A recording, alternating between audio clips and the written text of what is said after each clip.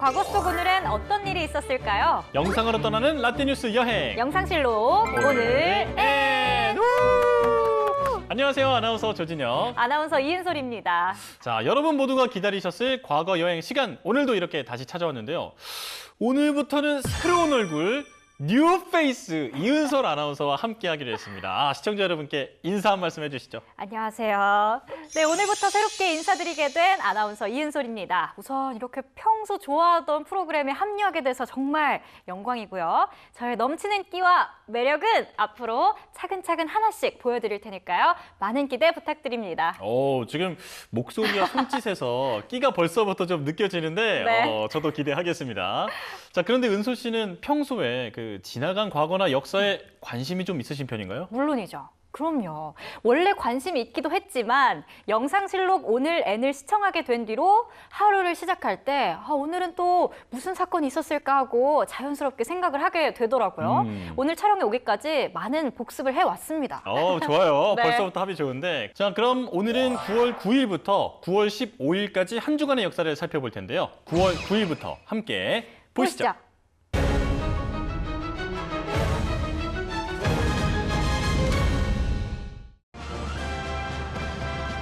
동아시아의 한반도 북부를 통치하고 있는 조선민주주의인민공화국 북한. 남한에서 대통령과 재헌의원을 선출 후 정부 수립을 선포하자 북한에서도 상응한 조치를 했는데요. 그리고 1948년 8월 25일 최고인민회의 대의원 선거를 실시했고 같은 해 9월 9일 사회주의 국가의 정식 명칭으로 조선민주주의인민공화국을 수립했습니다. 공화국 수립 후 수상 김일성을 비롯해 부수상 박화경, 내무상 박일우 등이 선임됐는데요. 광복 후 미국과 소련이 한반도를 통치했잖아요. 남한을 미국이, 북한을 소련이 지배하면서 통치하는 방법도 공산권의 영향을 좀 받았을 것 같네요. 맞아요. 특히나 북한은 사회주의를 표방하는 정권이었는데요. 초대 최고 지도자였던 김일성은 중화인민공화국을 건국한 마오쩌둥의 신민주주의 이론의 영향을 받아서 조선민주주의인민공화국을 만들었다고 합니다. 그렇군요. 조선민주주의인민공화국은 소련의 도움을 받아 민주주의 공화국을 표방하며 수립했고 공산권 국가들의 승인을 받았습니다. 하지만 공식 정부로 승인 후 절대 권력을 유지하기 위해 한 가문이 세습적, 강행적 독재 정치를 시행했는데요. 정권 수립 이후 이듬해인 1949년 6월 24일 남로당과 북로당이 합당함으로써 북한의 조선노동당이 공식적으로 창당됐습니다. 그리고 1950년 6월 25일 한국 전쟁을 거치면서 남과 북의 분단 체제는 한층 굳어져 갔습니다. 네, 그럼 이번엔 1969년으로 가보겠습니다. 1969년 9월 9일 박정희 정권의 연임을 위한 삼선 개헌안이 민주공화당에 의해 국회에 상정됐습니다. 이 상정은 박 정권이 헌법에 규정된 두 번째 임기를 2년 반 정도 남겨둔 시점에 벌어진 일이었는데요. 임기 도중에 이러한 결심을 하지 않으면 안 될 나의 심경과 입장을 여러분들은 10분 이해해 주실 것으로 믿습니다. 박정희 정권은 1968년 5월 국민복지회 사건과 1969년 4월 4.8 항명파동을 통해 공화당 내 반대 세력을 제거했습니다. 그리고 개정된 6차 개헌안을 강행했는데요. 6차 개헌안의 주요 내용은 첫째, 대통령의 3기 연임 허용.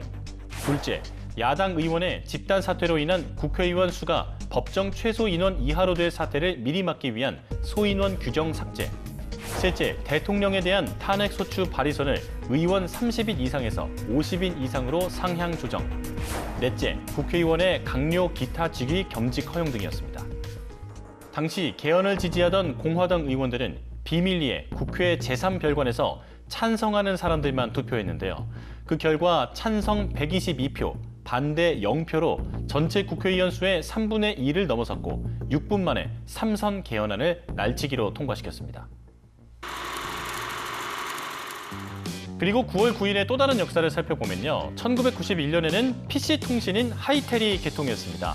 정보통신의 가정화와 대중화를 위해 보급된 하이텔 서비스는 매일경제신문사가 경제정보를 비롯해서 문화정보, 학습정보, 114 안내 등 다양한 내용의 서비스를 제공했습니다. 또 사랑의 장기기증운동본부가 2008년부터 매년 9월 9일을 장기기증의 날로 제정했는데요. 장기 기증, 다른 환자를 살릴 수 있어서 저는 개인적으로 또 정말 필요하다고 생각이 들어요. 맞아요. 뇌사를 한 분의 장기 기증을 하게 되면 9명의 생명을 구할 수 있다고 하는데요. 네. 장기 기증을 기다리는 환우들의 고통을 함께 나누고 또 장기 기증에 대해서 진지하게 생각해보는 시간을 가졌으면 해서 이 장기 기증의 날이 제정됐다고 합니다. 뜻깊은 날이네요. 그럼 9월 10일의 역사 속으로 떠나볼까요?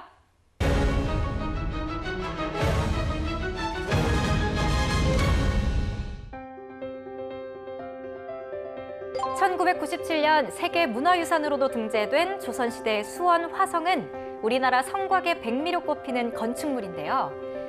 1796년 9월 10일 우리나라 화성이 완공되면서 최초의 신도시도 탄생했습니다. 1794년 2월 시작한 공사는 2년 반 만에 전체 길이 5.74km, 높이 4에서 6m의 성벽을 이뤄내는데요. 당시대의 과학기술과 역량이 동원된 화성은 다산 정약용이 거중기를 활용해 축성의 모든 과정을 계획하고 감독하면서 완성했는데요. 이 성은 최첨단 전투 요새로서 당대 최신 과학기술이 집약된 조선 최고의 군사시설로 자리 잡았는데요. 또한 정조는 신도시의 번영을 위해서 주변의 거상들로부터 이주 신청을 받았고 장사꾼을 섭외해 중국 무역을 독점하게 했는데요. 이후 화성은 발전을 거듭하면서 큰 의부로 성장했습니다. 그럼 이번엔 2016년으로 가볼까요? 건물 지하에서 검은 연기가 끝도 없이 뿜어져 나옵니다. 화재가 시작된 지하 2층에서 발생한 연기입니다.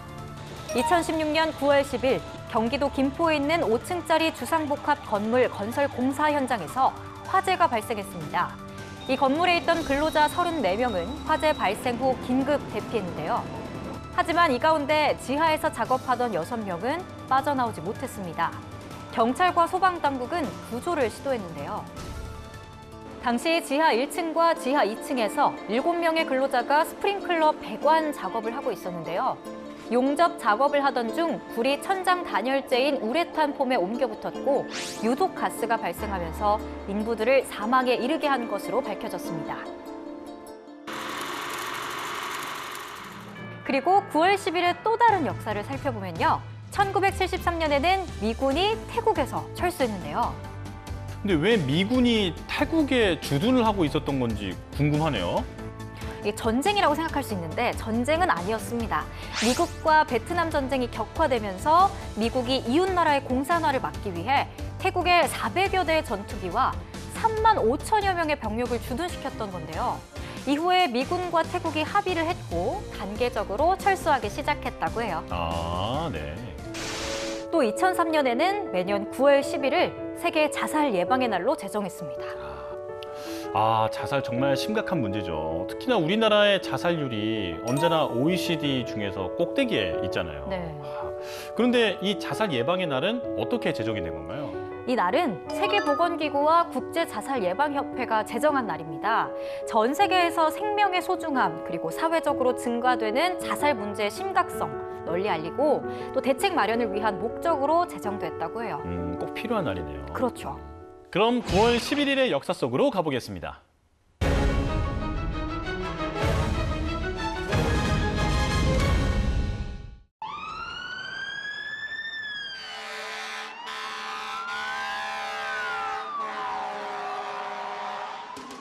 (2001년 9월 11일) 미국 뉴욕의 110층 세계무역센터 쌍둥이 빌딩과 워싱턴의 국방부 건물에 항공기 테러가 발생했습니다. 이른바 9.11 테러 사건인데요. 테러범들은 오전 8시 46분 납치한 여객기로 세계무역센터 쌍둥이 빌딩으로 돌진해 충돌했습니다. 그리고 9시 3분에는 피랍된 또 다른 여객기가 북쪽을 들이받았고 대형 화재가 발생했는데요. 이후 두 건물은 충돌 후 1시간 30분이 지나 강력한 폭발과 함께 완전히 붕괴됐습니다. 또 납치 여객기가 미국 안보의 심장부인 펜타곤에 충돌하면서 건물이 무너지는 초유의 사태가 벌어집니다. 9.11 테러 당시에 공포 그 이상이었다고 들었거든요. 사망한 사람들 신원 확인이 안 된 사람도 있다고 하는데 그 사람들은 그러면 어떻게 된 건가요? 당시의 사망자와 실종자가 공식적으로는 2,801명으로 집계가 됐는데요. 네. 이 중에 신원이 확인된 숫자는 전체의 절반도 안 되는 1,379명. 그리고 나머지는 시신조차 찾지 못해서 대부분 유족들이 장례식을 치르지 못했다고 합니다. 장례식조차 치를 수 없다니 마음이 정말 아프네요. 맞아요. 9.11 테러는 피해를 받은 미국을 포함한 전 세계를 충격과 공포의 도가니로 만들었는데요. 사건을 일으킨 범인은 이슬람 근본주의 세력인 무장 조직 알카에다와 그를 이끄는 오사마 빈 라덴으로 밝혀졌습니다. 미국은 오사마 빈 라덴을 범인으로 지목했고 그를 보호하는 아프가니스탄 탈레반 정권에 인도를 요청했습니다. 하지만 탈레반은 구체적 증거를 제시하라면서 인도를 거부했는데요. 그리고 마침내 테러 발생 26일 만에 대대적인 공습이 시작됐습니다. 그런데 11년 뒤에 충격적인 사건이 발생하는데요. 아니 9.11 테러도 충격인데 또 다른 사건이 있다고요? 2012년 9월 11일 리비아의 이슬람 무장단체가 9.12 테러 11주년을 겨냥해 벵가지에 위치한 미국 영사관과 인근에 있던 CIA 기지를 공격했는데요. 이 습격 사고로 당시 리비아 주재 미국 대사 크리스토퍼 스티븐슨을 포함 미 국무부 관리 3명이 사망했습니다. 그럼 이번엔 1973년으로 가보겠습니다. 칠레 중부에 위치한 도시 산티아고. 1541년에 설립된 산티아고는 칠레의 정치, 산업, 문화 중심지가 됐는데요. 평온할 것만 같던 칠레의 산티아고에서 1973년 9월 11일 우익 군부 쿠데타가 일어났습니다. 칠레의 3군 사령관은 전국 혼란의 책임을 지고 사임하라는 최후 통첩을 당시 대통령이었던 아옌데에게 보냈는데요. 아옌데가 퇴진을 거부하자 칠레 군부는 전국에 비상사태를 선포하고 정권 접수를 발표했습니다. 그리고 아옌데는 군부 쿠데타에 의해 같은 날 관저에서 피살됐는데요. 세계의 사회주의 운동에 새로운 길을 열 것으로 기대를 모았던 아옌데의 정치는 그의 죽음과 함께 3년 만에 막을 내렸습니다. 이후 쿠데타를 주도한 피노체트가 집권했고 정권 장악에 성공했습니다. 9월 11일에는 이뿐만 아니라 또 다른 역사도 많았는데요. 1989년에는 한민족 공동체 통일 방안이 발표됐습니다. 한민족 공동체 통일 방안, 어떤 내용이 담겨 있었나요? 네, 이건 6공화국에서 만들어진 이 방안은 자주, 평화, 민주 3대 원칙에 입각해서 신뢰 구축 협력과 남북연합, 단일 민족국가 건설의 3단계를 거쳐 통일을 실현한다는 내용이 담겨 있었는데요. 7.7 선언에서 남북 동반자 관계를 구체화한 것이라는 평가를 받았습니다. 오, 신기하네요. 1957년에는 서울국제우체국의 준공식이 열렸습니다. 이전에는 우리나라에 우체국이 없었나요? 있긴 했어요. 1950년 6.25 전쟁으로 소실된 국제우체국 청사를 충무로 일가에 세운 건데요. 5개월간의 공사 끝에 완성이 됐습니다. 네, 그럼 이번엔 9월 12일의 역사 속으로 가보겠습니다.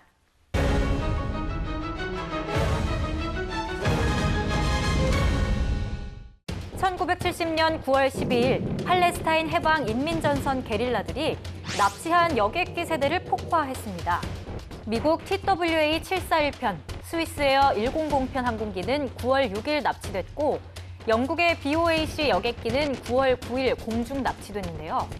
납치된 세대의 여객기는 요르단 사막의 활주로에 보관됐다가 폭발을 진행했습니다.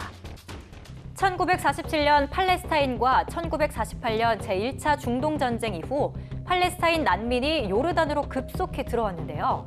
그 결과 요르단인보다 팔레스타인인이 더 많아졌습니다. 한편 1967년 결성된 팔레스타인 해방기구는 팔레스타인을 대표해 자치권을 남용했고 각종 범죄를 저지르기 시작했습니다. 결국 1970년 상황은 악화돼 요르단과의 관계가 험악해졌고 요르단군과 수차례 내전까지 벌였습니다.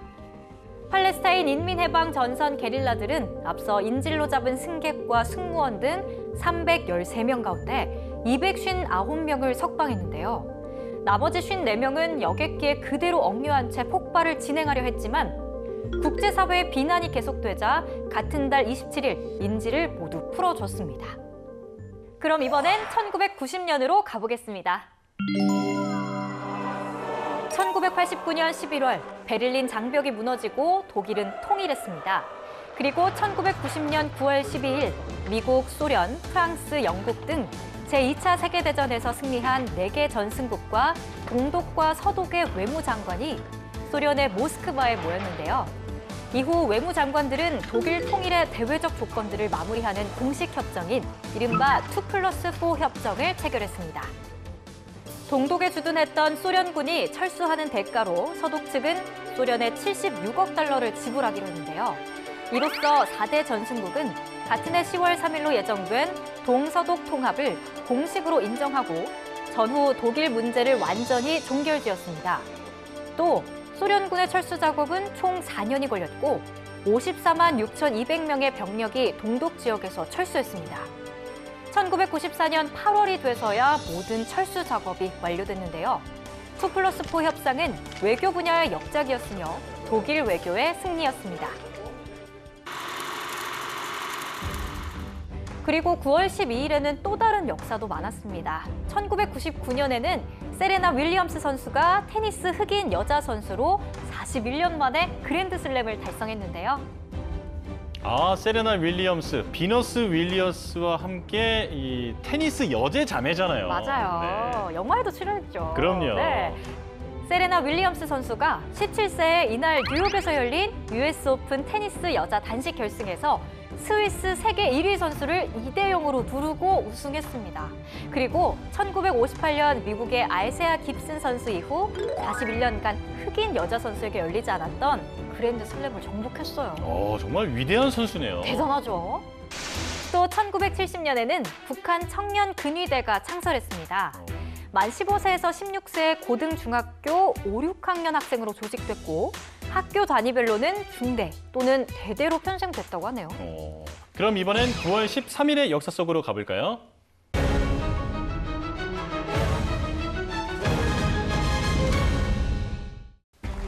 (1993년 9월 13일) 이스라엘과 팔레스타인 해방기구 간의 평화협정이 백악관에서 열렸습니다.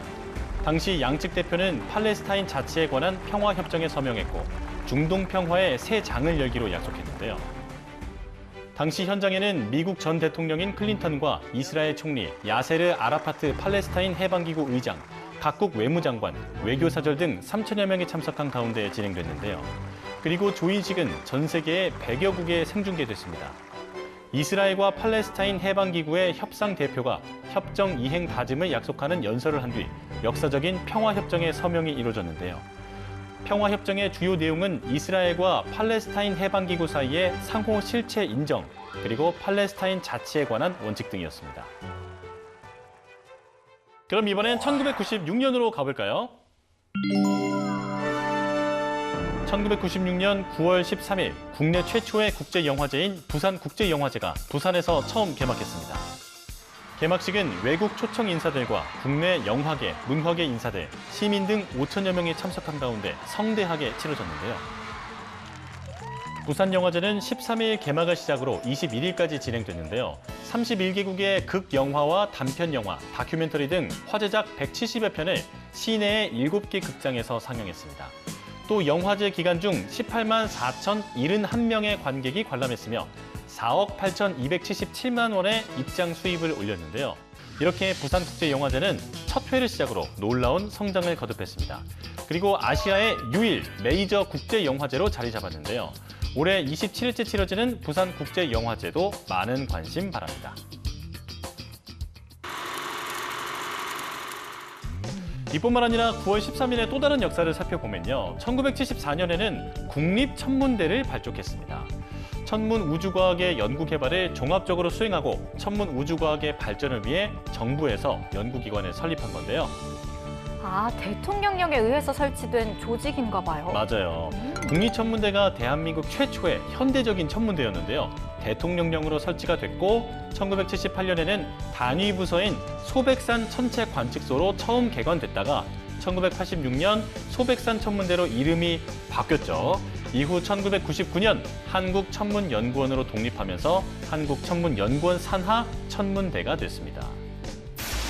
또 1947년에는 인도 종교 분쟁이 시작되기도 했습니다. 어느 나라와 분쟁이 일어난 건가요? 네, 2차 세계대전이 끝난 뒤에 1947년 8월 14일 인도와 파키스탄이 두 개의 분리국가로 독립했습니다. 그리고 독립의 기쁨을 느낄 새도 없이 인도 대륙은 참혹한 종교 분쟁에 휩싸였는데요. 힌두교인은 인도로, 회교도인은 파키스탄으로 피난길을 떠났습니다. 참혹한 종교 분쟁, 사람들도 많이 힘들었겠어요. 맞아요. 인도와 파키스탄의 종교 분쟁으로 수백만 명이 숨지는 사상 초유의 사태가 벌어졌죠. 그럼 9월 14일의 역사 속으로 떠나보겠습니다.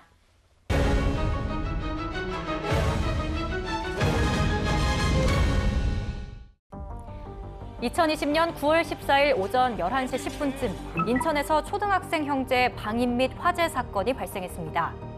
한 빌라에서 결식 아동이었던 당시 10살 형과 8살이었던 동생이 라면을 끓여 먹으려다가 화재가 발생한 건데요. 불은 10분 만에 꺼졌지만 형제는 2층에 있는 집에서 미처 빠져나오지 못했습니다. 그리고 결국 전신에 화상을 입는 등 크게 다쳐 중환자실에서 치료를 받았는데요. 당시 사건 발생 후 인천시 미추홀구는 300만 원을 의료비로 지급, 인천도시공사는 집을 수리하는 동안 또 다른 공공임대주택을 제공하는 등 여러 곳에서 지원의 손길을 보냈습니다. 한편 중태에 빠진 형은 한 달 만에 회복됐지만 동생은 호흡 곤란 증세로 상태가 급격히 악화됐고 그해 10월 21일 결국 사망했습니다.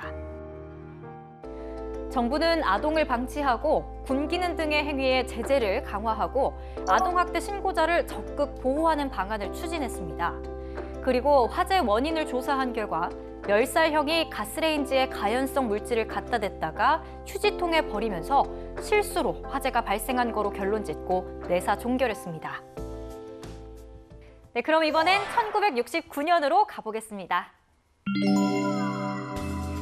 본인에게 재능이 있다고 생각하고 근거 없는 자신감으로 무장하세요. 예술성과 오락성, 그리고 대중성과 독창성을 전 세계에서 모두 인정받은 세계적인 거장 봉준호 감독은 영향력 있고 혁신적인 시네아스트 중 한 명으로 평가받고 있는데요. 한국 영화의 아이콘으로 자리 잡은 영화 감독 봉준호가 1969년 9월 14일 대구 광역시에서 출생했습니다. 그리고 그는 2000년 플란다스의 계란 장편 영화로 데뷔했는데요. 이후 2003년 살인의 추억으로 한국 영화계에 충격을 선사했고 큰 반향을 일으켰습니다. 봉준호 감독은 2006년 괴물을 내놨고 1000만 관객을 돌파해 당대 모든 기록을 깼습니다. 2009년에는 마더로 찬사받고 각종 비평가 협회상을 휩쓸며 대한민국 대표 감독으로 우뚝 섰습니다. 그리고 2013년에는 설국열차로 영화 산업을 글로벌하게 확장했고 2019년 기생충으로 대한민국의 신화를 만들어내기도 했는데요. 기생충은 한국 영화 역사상 최초 칸 영화제 황금 종려상을 수상하는 등 국내외 영화제 및 시상식에서 대작으로 평가받았습니다. 그리고 9월 14일의 또 다른 역사를 살펴보면요. 2000년에는 소설가 황순원이 세상을 떠난 해입니다. 황순원 선생님은 우리나라 현대문학계의 거장으로 유명한 분이죠? 네, 맞습니다. 그는 1931년인 16세에 문학지 동광에서 나의 꿈이란 시를 발표하면서 정식 등단했는데요. 이후 1937년부터 소설 창작에 관심을 가지고 또 작업을 했다고 해요. 그리고 늪을 시작으로 광복 이후 카인의 후예, 소나기, 학 등 작품을 발표하면서 소설의 영역을 넓혀갔죠. 네, 그리고 1986년에는 서울 아시안게임 개막을 앞두고 김포공항에서 폭발물 테러가 발생하기도 했어요. 아시안게임을 앞두고 폭발물 테러라고 하니까 불안감이 확산했을 것 같은데 네. 어떻게 됐습니까? 네, 서울 김포공항 국제선 1층 청사박 5번과 6번 출입문 사이에 철제 쓰레기통에서 고성능 사제 시한폭탄이 터진 건데요. 일가족 4명과 공항관리공단 직원 등 모두 5명이 숨지고 30여 명이 중경상을 입었습니다. 이야. 그럼 이번엔 9월 15일의 역사 속으로 떠나보겠습니다.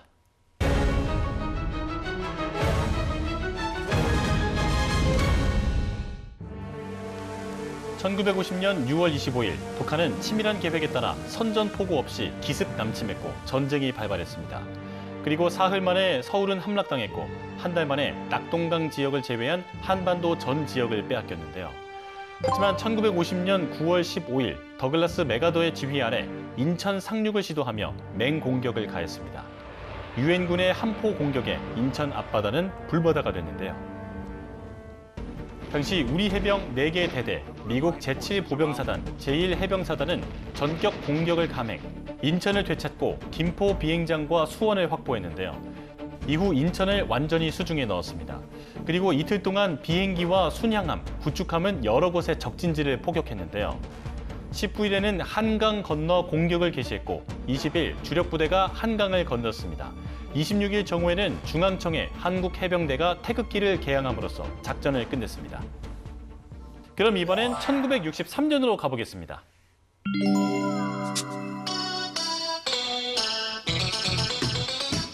꼬불꼬불꼬불꼬불 맛 좋은 라면 라면이 있기에 세상 살맛나 하루에 10개라도 먹을 수 있어. 많은 사람에게 사랑받는 라면. 라면은 때로는 밥 대신, 때로는 간식으로 우리 일상 속에서 빼놓을 수 없는 기호식품으로 자리 잡았는데요. 1963년 9월 15일 S사에서 우리나라 최초의 인스턴트 라면이 출시됐습니다. 우리나라 최초의 라면은 100g에 10원이란 가격으로 책정됐는데요. 하지만 라면의 낯선 모양과 닭고기 라면의 느끼한 맛 때문에 우리나라 사람들의 입맛을 사로잡지는 못했습니다. 그리고 이 문제를 해결하기 위해 고춧가루, 마늘 등을 첨가한 라면 스프를 개발했고 인기를 얻었는데요. 이후 성장해온 우리의 라면은 지금은 세계의 입맛을 사로잡았고 많은 사랑을 받고 있습니다. 그리고 9월 15일의 또 다른 역사를 살펴보면요. 1954년에는 첫 여성 유엔 총회 의장이 선출됐습니다. 오, 첫 여성 유엔 총회 의장 어떤 분이셨나요? 네. 1947년부터 3년간 소련 대사를 지낸 인도의 펜딧 여사였는데요. 펜딧 여사는 인사말에서 의장직을 수행하면서 공정하게 사무를 처리하겠다고 다짐했습니다. 정말 멋진 분이시네요. 또 1969년에는 한국주택은행에서 주택복권 발매가 시작됐습니다. 오, 이때 첫 주택 복권이 탄생한 거네요. 첫 발행되고 또 첫 1등한 사람은 기분이 어땠을까 부러워지네요. 행복하지 않았을까요? 네. 네, 우리도 매주 복권 좀 사야 될 것 같아요. 노력하겠습니다. 자, 그리고 이 주택복권은 무주택 군경 유가족, 국가유공자, 파월 장병의 주택 마련을 목적으로 발행됐다고 합니다. 마지막으로 2000년에는 제27회 시드니 올림픽 개막식에서 사상 처음으로 남북한 선수단이 공동 입장하기도 했습니다. 공동 입장하면서 정말 기분이 벅찼을 것 같아요. 맞아요. 남북한이 동시 입장할 때 11만 관중이 뜨거운 박수 갈채를 보냈다고 합니다. 자, 이렇게 오늘도 열심히 과거 속으로 달려봤는데요. 영상실록으로 만나본 오늘의 과거, 여러분은 어떠셨나요? 그럼 저희는 잠시 후 유튜브 사진관에서 만나요.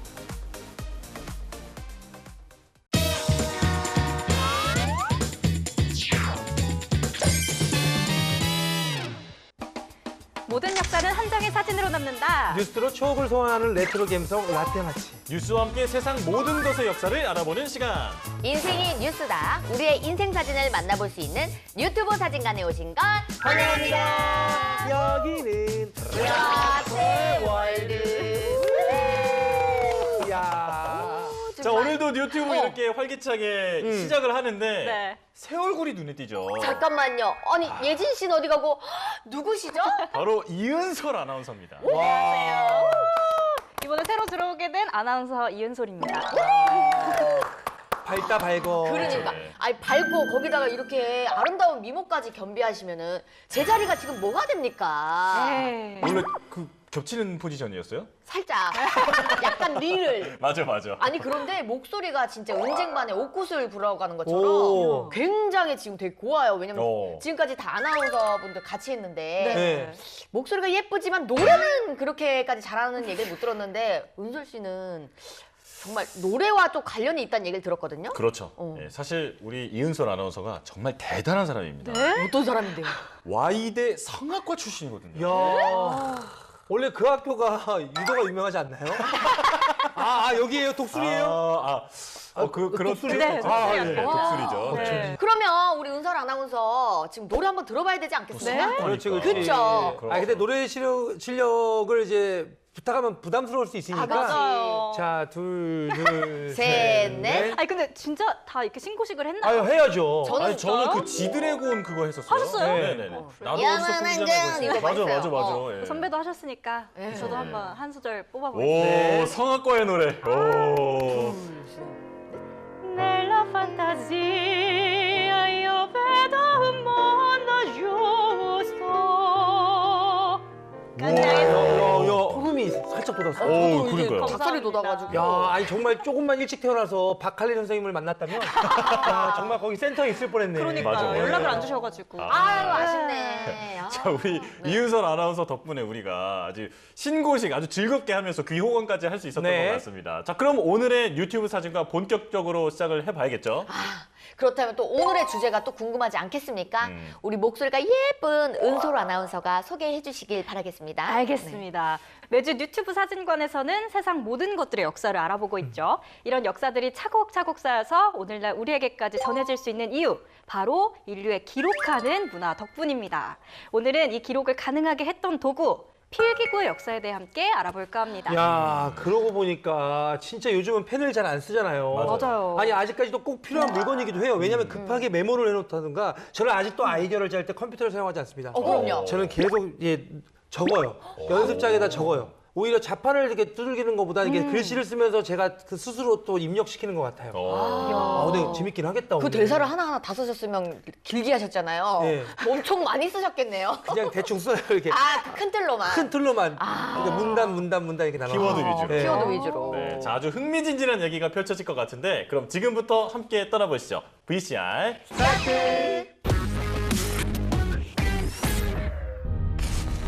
죽는 날까지 하늘을 우러러 한 점 부끄러움이 없기를. 잎새에 이는 바람에도 나는 괴로워했다. 이 펜은 칼보다 강하다는 것을 역사적으로 증명한 민족 시인 바로 윤동주의 이야기를 담은 영화 동주죠. 네. 세상을 변화시키지 못할 거면 문학이 무슨 소용이냐. 시도 자기 생각 펼치기에 부족하지 않아. 무기가 아닌 펜으로 일제 맞서며 독립운동을 이어간 윤동주의 시, 당시의 역사적 상황을 문학적으로 기록해서 지금까지도 온 국민에게 사랑을 받고 있죠. 니는 시를 계속 쓰라. 총은 내가 들 거니까. 동주. 기록하지 않는다면 사라질 것이고 기록하면 남을 것이다. 역사를 만드는 건 펜을 쥔 자의 손끝이라 할 정도로 정말 펜은 인류사에 없어서는 안 될 중요한 물건인데요. 그렇다면 과연 우리는 언제부터 펜과 같은 필기구를 사용해 왔을까요? 역사에 기록된 필기구로 가장 오래된 것은 스타일러스입니다. 이게 펜이에요? 기원전 5000년경부터 메소포타미아 수메르인들이 만들어 사용한 스타일러스는 나무나 금속의 끝을 뾰족하게 만든 도구를 지칭합니다. 아, 저거를 긁었나 보다. 자신의 생각을 다른 사람들과 공유하고 싶고 벽을 보면 뭔가를 그리고 싶은 것이 인간의 오래된 욕망인데요. 그래서 처음엔 동굴 벽에 그림을 그렸고 벽을 떼어 사람들에게 보여줄 수 없을까 고민하다 점토판이나 나무판에 스타일러스로 문자를 새기기 시작한 거죠. 네, 이렇게 무언가를 그리고 표현하며 기록하고자 했던 인간의 본능은 필기구의 진화로 이어집니다. 기원전 4000년경 이집트에서는 펜과 잉크를 사용하기 시작해요. 우와, 신기하죠? 오래됐다. 잉크와 종이의 발명은 본격적인 필기구의 역사를 열었습니다. 무겁고 이동이 힘든 점토판에서 벗어나기 위해 인류는 종이의 일종인 파피루스를 발명해 잉크를 묻혀 글을 쓰기 시작했는데요. 파피루스. 최초의 종이. 그렇죠. 초기의 필기구는 얇은 갈대 끝을 날카롭게 만들어 붓처럼 사용했으며 훗날 이것은 대나무로 대체되기도 했습니다. 와우. 중수형 깃털펜이 등장했습니다. 깃털펜은 거위 등의 깃털을 주 재료로 하며 깃털 끝을 잉크에 찍어 사용하는 방식이었는데요. 로마 시대부터 근대까지 역사에서 가장 오랫동안 사용된 필기구로 속이 빈 깃대에 먹물을 찍어 글을 쓰는 기펜은 만년필의 시초이기도 했습니다. 필기구를 펜이라고 부르는 것은 새의 깃털을 뜻하는 라틴어 페나에서 비롯된 말이죠. 아, 그래서 펜이 됐구나. 아, 오늘도 하나 배워갑니다, 저희가. 그러니까요. 페나. 페나, 펜, 페나, 펜. 아, 합쳐진 말이네. 자, 서양의 필기구 펜이 있다면 동양의 대표적인 필기구는 바로 붓이죠. 각종 동물의 털을 모아서 대에 묶은 뒤에 먹물을 묻혀서 사용했는데요. 우리나라의 전통적인 필기구 붓의 역사는 언제부터 시작됐을까요? 도도한 선비들의 풍류를 말해주던 문방사오. 당당한 기계와 기품의 상징이 되어온 우리의 전통 붓. 지금으로부터 이제 멀게는 한 3,000년 전부터 3,000년 붓이라는 전? 것도 존재했고 붓이 존재했으니까 뭔가를 찍었을 안료도 존재했을 것이고 문방 사오 네 가지를 하나 묶어서 어떤 보배가 됐던 친구가 됐건 이 개념으로 삼은 것은 아마 이게 이제 당나라 말기 거기에 이제 이욱이라는 왕이 있었어요. 당나라의 남당 시대 이욱이라는 왕이 있었는데 그는 예술에 죄가 깊었다. 당시 제갈고라는 사람을 시켜 붓을 만들게 했고 이정규라는 사람을 통해 먹을 만들게 했다. 또한 각 지역의 최고의 돌로 벼루를 만들게 해서 그중 최고의 벼루를 선발하기에 이르렀는데 그렇게 탄생한 것이 문방사후의 효시가 된 문방사보. 아니 문방사후가 아니고 문방사보예요? 네. 문방사후와 문방사보는 붓, 먹, 종이, 벼루 이 네 가지 도구를 지칭하는 것은 같거든요. 그런데 이 도구들의 가치를 어떻게 생각했는지가 다른 겁니다.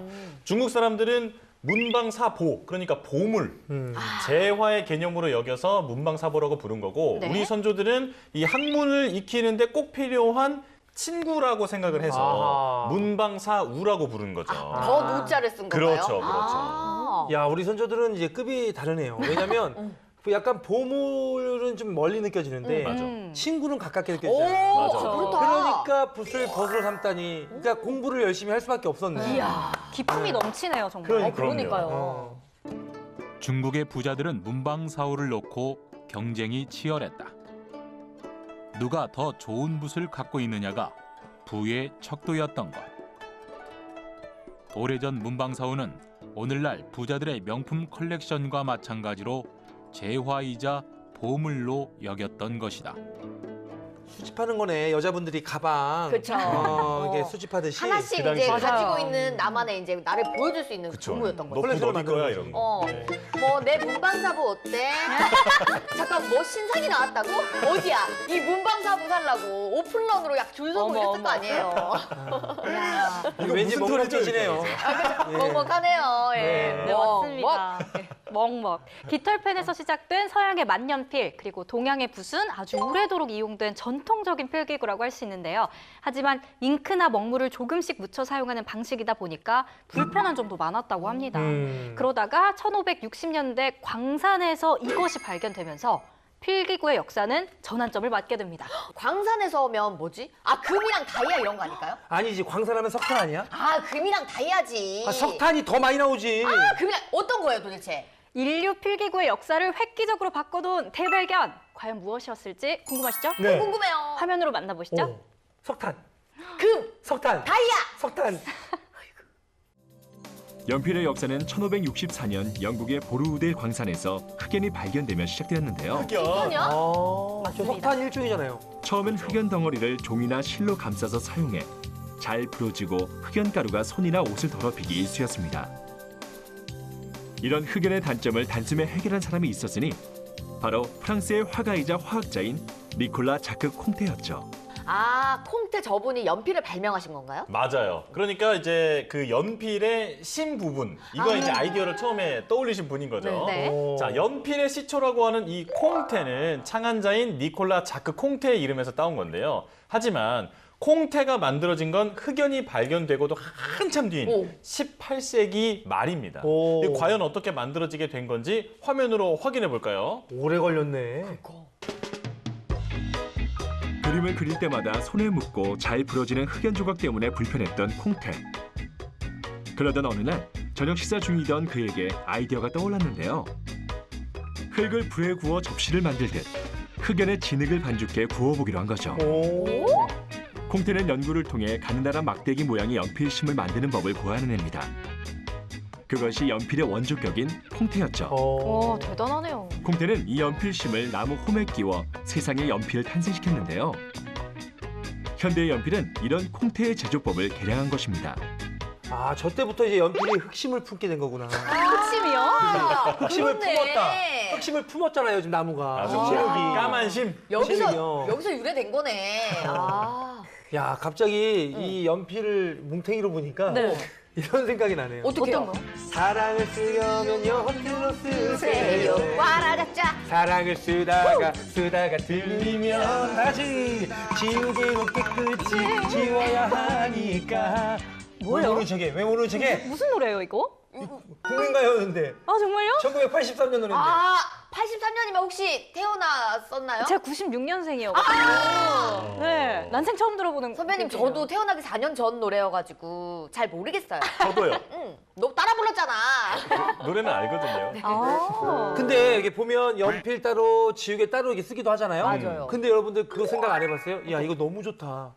했던 연필 지우개. 아, 알죠. 연필 끝에 지우개가 딱 달려있는 거잖아, 모자처럼. 맞아요. 그래서 연필로 쓰다가 틀리면 바로 뒤집어가지고 이렇게 지웠잖아요. 맞아. 이거 진짜 좋았어요. 왜냐면 저는 진짜 잘 잃어버려요, 저도. 물건을. 근데 그 펜 하나만 챙기면 되니까 맞아요. 진짜 편리했었거든요. 실용성이 좋았죠. 네, 이건 또 혹시 누가 만드셨나요? 18세기 말 연필과 지우개 모두 발명이 됐지만 이 둘이 만나는 데까지는 약 100년의 시간이 걸렸어요. 굉장히 오래 걸렸는데 이 지우개 연필이 발명된 사연 함께 화면으로 만나볼까요? 가난한 화가 지망생인 하이만은 지우개를 자꾸 잃어버리자 고심 끝에 지우개를 연필 끝에 붙잡음했는데요. 와우. 이후 이를 우연히 발견한 친구의 권유로 이 물건의 특허를 받고 상품화하면서 엄청난 부자가 됐습니다. 이것이 바로 우리가 알고 있는 지우개 연필의 시초죠. 저 친구한테 진짜 또 쏴야 되는 거 아니에요? 그러니까요. 저 중에 발명은 친구가 했네. 그래, 친구가 아니, 있네. 무슨 하이만이야. 그치, 같이. 아니, 와. 친구가 상품화 시켰네. 하지만 신청한 사람은 네. 좋은 이분이었기 친구, 때문에. 좋은 친구 넣네요. 1867년 지우개 연필로 특허를 낸 하이만은 리버칩이라는 회사에 당시 15,000달러에 이 특허를 팔게 되거든요. 와. 당시에 동네 연필 공장에 불과했던 이 회사가 지우개 연필 덕분에 대기업으로 거듭났다고 합니다. 야, 지우개 연필은 아직까지도 많이 사용되거든요. 맞아요. 야, 정말 세계의 대박 발명품이라고 할 수 있는데 200년을 지금 함께하고 있네요. 그쵸. 아, 그렇다면 지금까지는 다 외국 얘기잖아요. 그런데 우리나라에서는 언제부터 이 연필을 만들어가지고 사용하기 시작했는지 그게 또 궁금합니다. 네, 우리나라에서 연필 등의 문구류가 본격적으로 생산되기 시작한 건 해방 후인 1950년대 후반부터입니다. 국산 연필 공장. 문방구의 중요한 역할을 담당하고 있는 연필이 우리나라 여러 공장에서 많이 만들어지고 있습니다. 현재 우리나라 400만 학생들의 1년 소비량은 60만 크로즈며 한 달 동안의 소비량은 약 5만 크로즈인데 우리나라 각 연필 공장에서 한 달에 3만여 크로즈를 생산 공급하고 그때도 있습니다. 전자동 시스템이었네요. 그러게요. 그런데 머지않아 IC 자금에 의해서 서부 독일에서 5만 달러에 해당하는 신식 연필 제조 기계가 들어오게 되는 날에는 국내 수요를 충분히 공급하고도 남음이 있을 것입니다.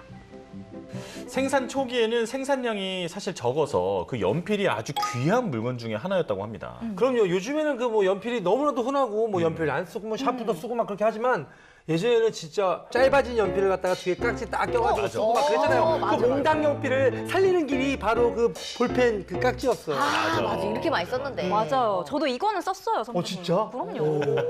이렇게 썼다 지울 수 있는 연필도 필요하지만 때로는 지워지지 않는 필기구도 필요하잖아요. 맞아. 그 중에 하나가 바로 만년필입니다. 잉크가 저장되는 현대식 만년필에는 특별한 탄생 비화가 있다고 하는데요. 함께 보시죠. 1883년 미국의 보험 판매원인 워터맨은 커다란 보험 계약을 성사시키고 계약자에게 잉크를 찍은 펜을 건넸는데요. 판매원이셨나 봐. 그런데 그때 그만 펜에서 잉크가 쏟아져 계약서가 엉망이 되었습니다. 오 마이 갓! 불길한 징조라고 믿은 계약자는 계약을 취소하고 말았죠. 저것 때문에? 화가 난 워터맨은 잉크가 새지 않는 새로운 펜을 개발했고 이것이 바로 현대식 만년필의 시초입니다. 계약이 엎질러진 게 다행이네. 맞아요. 그러니까. 워터맨의 만년필이 위대한 건 금속펜을 잉크에 찍어 쓰는 그동안의 만년필에서 벗어나 잉크를 저장해 쓰는 실용적인 만년필의 시대를 열었다는 점입니다. 위기를 기회로 만들었네요. 그러니까요. 그러니까 이렇게 잉크가 새는 그 구식 만년필 때문에 계약이 망가졌잖아요. 맞아요. 그리고 저 같으면 그냥 그 볼펜을 집어 던지고 펑펑 막 이렇게 했을 텐데 이 분노의 에너지를 새 만년필을 만드는 데 쓴 거 아닙니까? 맞아요. 그렇기 때문에 우리가 이렇게 지금 편안하게 만년필을 쓰고 있는 거예요. 맞아요. 이거 진짜 대단하시다. 그런데 그 다들 만년필을 한 번쯤 써보셔서 알겠지만 네. 많이 좋아졌다고는 해도 잉크가 조금씩 새고 그다음에 막 손에 묻고 까다로워. 좀 이게 잠깐 눌러놓은 상태에서 딴 데 보고 있으면 여기 번지고 맞아요, 있고 맞아요. 그게 조금 아쉬웠잖아요. 맞아요. 그렇죠. 만년필을 쓰면 뭔가 멋은 나는데 살짝 실용적이지 못하잖아요. 맞아. 네. 이런 만년필의 단점을 완벽하게 커버한 새로운 필기구가 헝가리에서 등장합니다. 이 발명의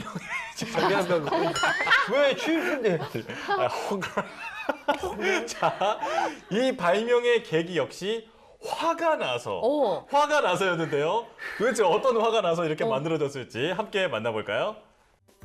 헝가리에서 신문 기자로 일하던 라데슬라우 비루는 만년필 때문에 취재를 망치기 일쑤였습니다. 그렇죠. 내용을 적어가면서 이렇게 취재 내용을 기록해놔야 되는데 만년필이 안 나오면 얼마나 짜증나겠습니까? 맞아, 화나지. 잘 안 나오면 침이라도 발라야 될 거 아니야? 그러면 이제 또 혓바닥 꺼매진다. 여기서 번져가지고. 맞아. 이놈의 만년필이고 잉크 채워야 돼. 굳으면 안 나와. 아, 불편해 죽겠네. 어디 좋은 방법 좀 없나? 그때 마침 공원에서 사람들이 공놀이를 하고 있었는데 발로 찬 공이 흙탕물에 빠지고 굴러가는 장면을 보게 되었다. 그래. 이거야. 이거. 결국 1938년 볼펜 개발에 성공했다. 잉크가 일정하게 나오지 않는 기존 만년필에 비해 균일하게 잉크가 나오는 볼펜은 획기적인 발명품이었다. 저 모습을 보고 볼펜을 떠올리시다니, 진짜 굉장한데요? 야, 그 대부분 보니까 화난 사람들이 다 지금 화가 나서 피해를 본 사람들이 지금 다 필기구를 다 발명을 한 거잖아요. 그렇죠. 생각해보니까 처음에 그 벼루하고 분 만들려고 했던 왕 이름도 이욱이었어. 욱했구나. 맞네. 그러니까 다 화난 사람들이 뭔가 세상을 바꾸네. 나 이제부터 화내면서 살 거야. 화는 우리 기수 선배가 제일 많죠. 안 돼요. 여기 지금 산소가 부족해. 갑자기 하품이 많이 나. 그래, 누가 화가 많이 났어, 이렇게. 그런데 세계 2차 대전이 터지며 나치가 헝가리를 침공했고 오마이갓! 유대인이었던 비로는 아르헨티나로 이주해야만 했다. 그리고 그곳에서 좋은 투자자를 만난 그는 큰 자금을 지원받게 되었고 그때부터 본격적인 볼펜 생산을 시작했다. 대단하네요. 그리고 전쟁 중 영국 공군이 사용하는 모습이 포착되며 곧 세계적인 상품으로 거듭났다. 와우. 아르헨티나에서는 매년 비로의 생일인 9월 29일을 발명가의 날로 지정해 기념하고 있다고 합니다. 아니 그런데 요즘은 휴대전화에 이제 메모가 가능하잖아요. 맞아요. 그래서 굳이 볼펜을 안 들고 다니시는 분들이 굉장히 많아요. 맞습니다. 오랜 세월 펜과 종이를 사용해서 아날로그 방식으로 우리 변 선배님처럼 기록을 해오던 인류는 디지털 기기 등장으로 큰 변화를 맞이하게 되는데요. 종이와 붓, 먹과 벼룩, 옛날 선비들의 정보 기록 도구였던 문방사후의 역할을 디지털 시대에는 무엇이 맡고 있을까? 정보를 입력하는 붓은 키보드와 마우스로 바뀌었고 글씨를 보여주는 종이는 모니터가 대신합니다. 먹물을 만드는 먹과 벼루의 역할은 단지 전기시로만 있으면 됩니다. 야, 저것도 너무 옛날인데. 저거 야, 저거 20년 됐잖아. 거의 폴더폰 아니야, 폴더? KTF가 뭔 말이니? 선배님 대학생 때? 예? 선배님 대학생 아니요, 때? 군대 가기 전에. 야, 군대 또 갔다 와서 해. 만인에게 열려있는 인터넷의 정보들은 휴대폰으로도 쉽게 꺼내볼 수 있어 시간과 공간의 제약은 없어진 지 오래입니다. 디지털 기기 등장과 함께 그야말로 필기의 패러다임이 바뀌었죠. 컴퓨터나 휴대폰 같은 건 늘 평소에 사용을 하는 거라서 잘 못 느끼고 있었는데 여기에 전시된 붓이랑 벼루 같은 걸 보니까 참 많이 편해진 거구나 하는 생각이 드네요. 휴대폰과 노트북, PDA와 MP3 플레이어 등 이른바 디지털 시대의 인기 상품들은 기술 발전 속도만큼이나 빠르게 변하고 있는 소비자들의 취향을 보여주고 있습니다. 야, 지금 어린이들은 이미 태어날 때부터 저런 디지털 기기들이 있었으니까 그냥 뭐 종이 연필보다 저게 더 편할 거 아니에요. 맞아요. 딱딱딱 해가지고 전송하고 괜히 요즘 애들은 그래서 뭐 종이를 갖다 줘도 이렇게 확대하더라고. 요즘 애기들 막 애기 아빠시니까. 네, 7살, 8살 애들은 뭘 주면 이게 확대 안 보이면 잘.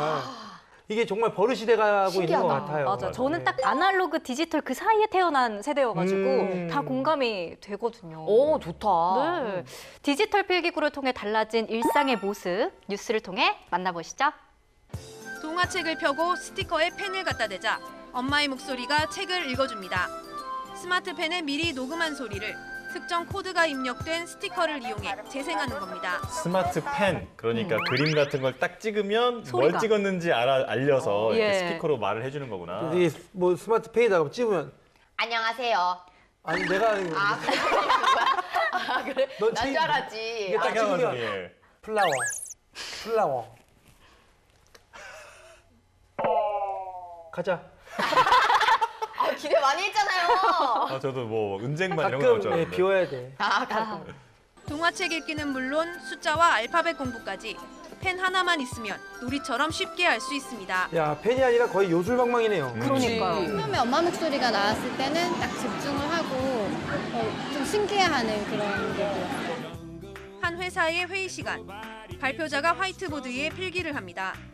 그런데 화이트보드에 쓴 글자가 바로 스마트 기기에 전송돼 나타납니다.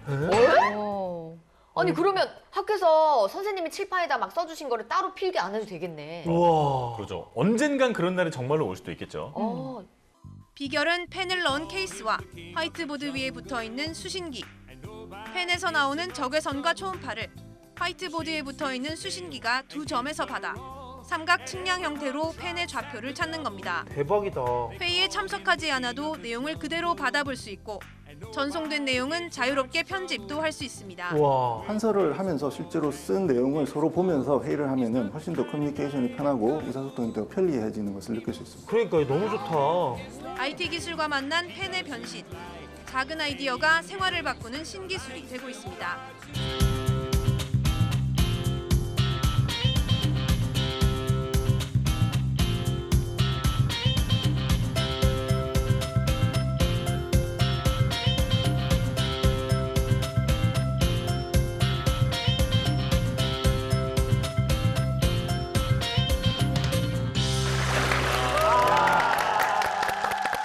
네, 오늘 유튜브 사진관에서는 우리 인류의 역사를 소중하게 기록해온 1등 공신 필기구의 역사를 알아봤습니다.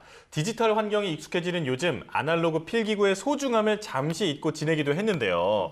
과거에도 현재에도 그리고 미래에도 꼭 필요한 이 필기구의 의미를 되새겨볼 수 있었던 아주 소중한 시간이 아니었나 싶습니다. 맞아요. 저도 오늘은 휴대폰 메모장이 아닌 직접 종이와 펜에다가 이렇게 모든 걸 기록하고 여러분에 대한 생각도 하나씩 좀 글을 적어보고 싶어요. 일기. 좋은 글일까요? 나쁜 글일까요? 좋은 글일지 나쁜 글일지 나중에 공개하도록 하겠습니다. 은솔 씨에 대한 그 첫인상 이런 거. 우리 소영이가 곧 편지를 쓰겠네요. 가을에 편지를 쓰겠어요. 아, 은솔 씨가 불러줬어야 되는데. 네, 또 몰라요. 렐라 판타지아밖에 몰라요. 몰라요, 네. 잘.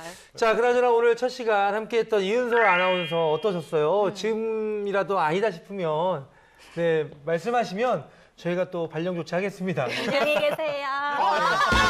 이래도 이렇게 쿨한 결정 마음에 듭니다. 이런 솔직한 마음 그쵸. 역시 젊은 세대는 다르다 달러. 맞아요. 합격입니다. 예. 좋아요. 아 혹시 소띠예요? 저 쥐띠요. 아 활력소인 줄 알았는데. 야 우리 방송에 활력소가 돼줄 것 같습니다. 그럼 쥐면 뭔가요? 그냥 여기까지 해라. 네, 유튜브 사진관의 최연소 MC 이은솔 아나운서 MZ세대로서 앞으로도 당차고 멋진 활약 기대하겠습니다. 자, 지금까지 유튜브 사진관이었습니다. 뉴스의 바다를 끝없이 떠다니는 본격 뉴스에는 유튜브 오늘의 항해는 여기까지입니다. 저희는 한 주 동안 유튜브 타고 신나게 돌아다니면서 재밌는 뉴스 가득 안고 돌아오겠습니다. 자, 배는 칼보다 강하다. 추억의 향수 역시 그 어떤 향기보다 강하겠죠. 깊은 라떼 향기 속으로 들어와. 유튜브 사진관 다음 주에도 꼭 놀러 오실 거죠? 우리는 유튜브. 아 빨리 아까 쥐 어떤 쥐? 그 쥐 빨리 쥐 활력소 말고. 활력소 말고 쥐는 혹시 소띠예요? 저 쥐띠요. 아, 난 예쁘지? 좋다. 이게.